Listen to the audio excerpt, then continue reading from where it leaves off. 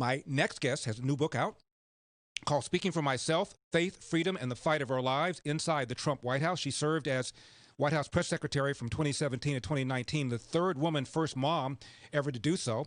Daughter of former Arkansas Governor Mike Huckabee, recognized in Time magazine as 40 under 40, one of the best political operatives of her generation. She's a Fox News contributor, and she lives in Little Rock, Arkansas with her husband Brian and their children and their golden retriever whose name is Traveler. Please welcome to the program Sarah Huckabee Sanders.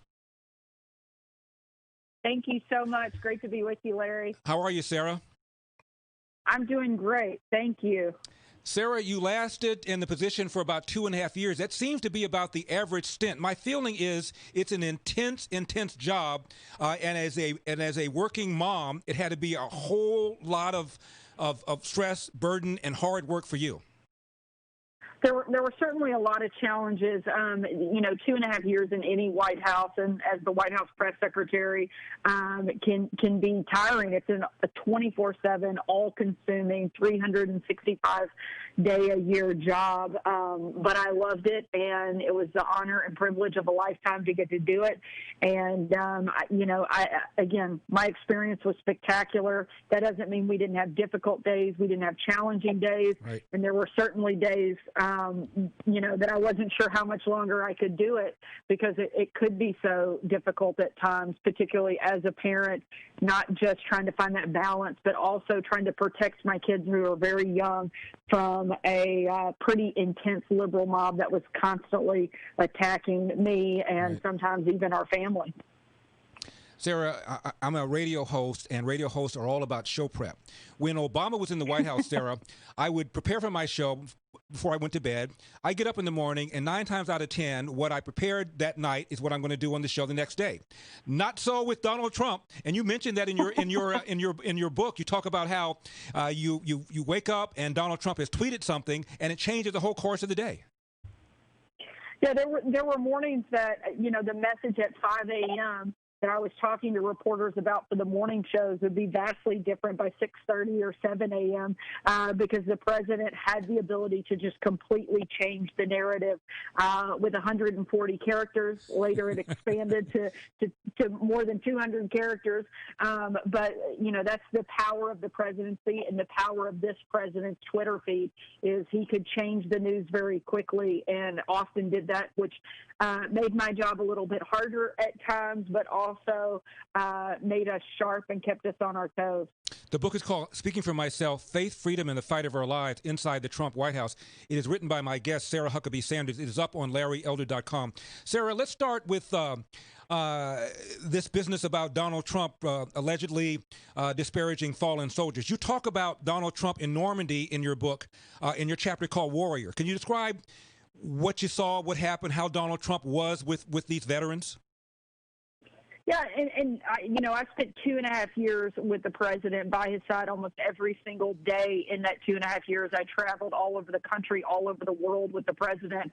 And one of the things that you are guaranteed when you're with the president is that you're going to be constantly interacting with men and women of our armed forces. And every time I witnessed the president, again, on a daily basis, interact with our men and women of the United States military, he couldn't have been more respectful and more grateful for their service. I was there on the day, and part of the conversations that have been reported to have allegedly taken place in the Atlantic story. And I know the president didn't use those words because I was standing there. I've gone on the record to say that, unlike the person who has made these accusations against the president, who I think is a coward for making a charge like that anonymously. Mm-hmm. I witnessed a number of occasions where, we were flying back from Asia early in the president's administration, and we were going to stop and refuel, and it was going to be 2 o'clock in the morning when our stop took place, and we were landing at a military base, and the president said, well, let's go see the troops. And they said, well, sir, it's 2 o'clock in the morning. He says, well, one thing I know about a military base is people are up around the clock. He said, so if there's 10 people up that are working right then, we'll see those 10 people. If more people want to come, great. But he said, we're not stopping at a military base and not visiting and thanking the troops. And to me, that is a much better indicator day in, day out of the type of person that the president was and the way that he felt about the people in the military. Sarah, you write in your book, quote, like every other human being on the planet, I had no illusion that Mr. Trump was a perfect person. Far from it. But in a race against Hillary Clinton, Donald Trump was clearly the better choice, end of quote. Sarah, when did you first meet Donald Trump? I met him in 2015, actually, and I was campaigning against him for president because my dad was in the race and I was working for him. And there were a lot of moments where all of the candidates would be at a particular event, debates and other cattle call events, usually in Iowa and New Hampshire. And I met the president during the course of the early days of the 2016 cycle back in 2015 when I was working for my dad, and met him and his staff and his family during that process. And started to develop a bit of a relationship at that point. Again, the book is called Speaking for Myself. It's up on LarryElder.com. It is written by my guest, Sarah Huckabee Sanders. Sarah, talk to us about the Red Hen incident in Lexington, Virginia. What happened? Well, this was probably one of the least favorite days during my time in the administration, but my family and my husband's side of the family try to get together a couple times a year in a different location. And this time we had chosen Lexington, Virginia, because it was close to D.C. and I could still work that week and get down for a couple days and meet up with everybody who had already been there. They were at a restaurant. I arrived, driven in through rush hour, a pretty intense week.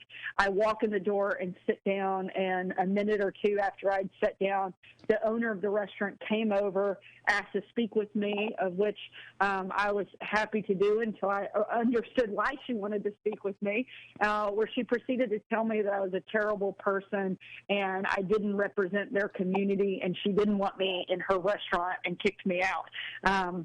I politely walked away, grabbed my things, whispered to my husband that I'd been kicked out of the restaurant, and I left. He followed quickly after me.